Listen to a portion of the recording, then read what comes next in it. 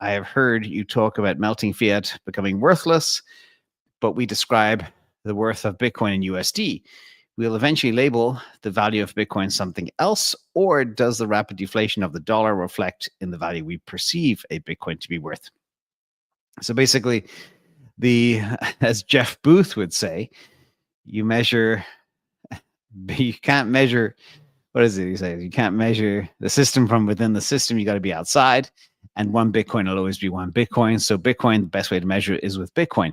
But what I actually like to do, which is very crude, I've been doing this for years, is use real estate as a proxy for valuation. So this is and you can create this for your average US home price in Australia, which actually, if you're in Sydney, it's kind of bonkers. But I take the average US home price in the United States, about $420,000. You can see the seasonality here. Every year, homes spike in June and they crash in December. They spike in June, they crash in December. But the overall trend is always up. The US home price is denominated in dollars. Therefore, it's a good proxy. You got a piece of something hard like real estate, and it's tied to dollars. So what I do is I take this and turn it into a Bitcoin chart. I'm going to turn off my camera so you can see this. And basically, I go back to 2014 and calculate the number of Bitcoin that would cost to buy an average American home. So back in December 2013, that was 3,500 Bitcoin.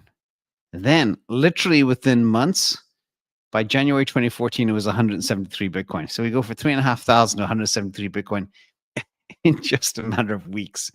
Then it goes back to 1,000 Bitcoin, 2015, which is the bear market. So remember, this is the price of a house divided by the price of Bitcoin. A simple pair chart. Everything's a pair. Remember that. Then in, 2017, we go to 125 Bitcoin.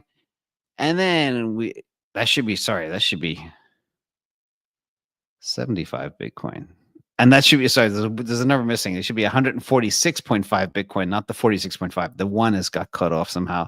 Then we go all the way to 5.4 Bitcoin, then 21.5 Bitcoin. And currently, an American house is 3.8 Bitcoin, give or take a few dollars. That's $420K divided by $110,000 live. Basically, a house has never been cheaper in Bitcoin terms. So this is how I like to look at the value of Bitcoin.